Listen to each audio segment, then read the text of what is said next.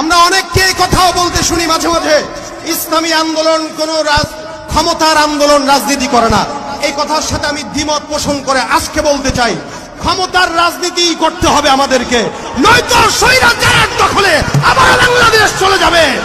কোন স্বৈরাচারকে বাংলাদেশ আর দেখতে চায় না, ঠিক কিনা ধরে বলেন? যাদের হাতে যায় ক্ষমতা, দেশ যেন বাপের ভিটা, রাখতে চেয়ার শুরু করে বিদেশিদের পাচাটা। আমরা প্রতি বছর ইলিশ দিয়েছি, তারা গাঁজা দিয়েছে।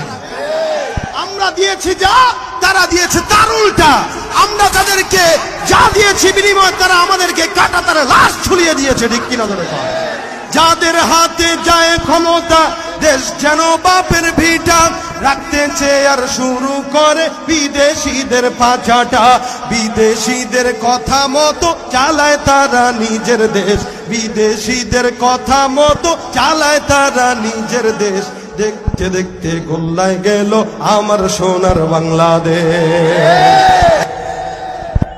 আমি বক্তব্য লম্বা চড়া দিচ্ছি না, সংক্ষেপে দুইটা কথা বলবো, তারপরে ইনশাল্লাহ একটা সঙ্গীত হবে। তবে আপনারা আজকে যে আন্দোলনে এসেছেন, যে সমাবেশে এসেছেন, আজকে আমরা এখানে অনেক নেতৃস্থানীয় লোকদেরকে বলতে শুনেছি